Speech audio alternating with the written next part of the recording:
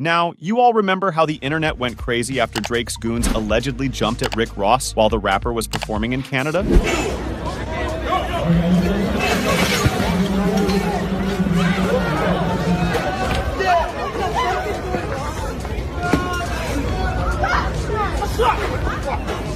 Well, now Rick is allegedly blasting Drake and his fans after the incident. So what happened is that Rose was on stage performing for the Ignite Music Festival in Vancouver when, all of a sudden, he played Kendrick Lamar's diss track Not Like Us, where K-Dot accused Drizzy of being a group of guys approached Rose after he left the stage while the song was still playing, and they appeared to be upset that he had played the song in Drake's hometown. After exchanging a few words, one of the guys gave Rick a sucker punch to the face, sparking a lengthy, all-out fight that lasted several minutes.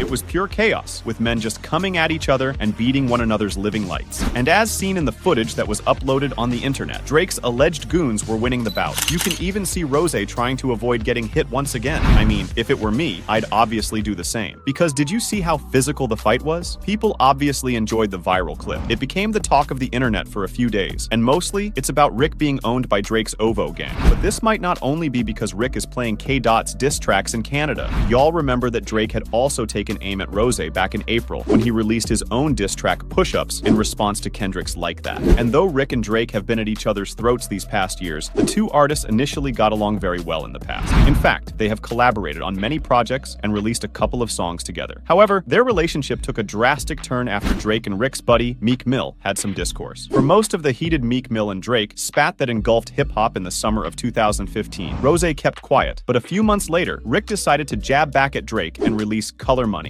They had a few more banter after that, but eventually Drake announced that his beef with Rick was all resolved. However, in a very hip-hop community fashion, Drake and Rick's feud reignited when Drizzy invited Rose's ex-girlfriend, Christina Mackey, to his concert. Nothing eventually sparked after that incident, but many believed that it was Drizzy's way to taunt Rose once again. And that brings us to today. There were actually a lot of stories coming out after the brawl in Vancouver, and it seems like Rick can't take being mocked by Drizzy's fans any longer since he finally spoke up about the incident. Hey man, I'm thinking about the event that happened over there.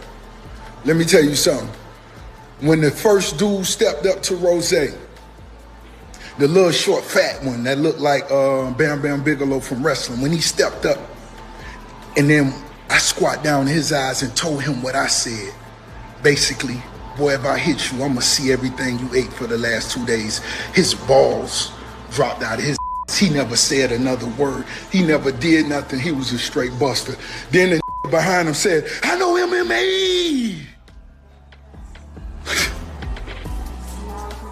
And then I got hit with a drink. I'm still convinced ain't no punch me. Somebody said, Rose, the tried to punch you. He hit you. I say, nah. He had to throw a drink, because throwing a drink would have been way more disrespectful than screaming, I know MMA.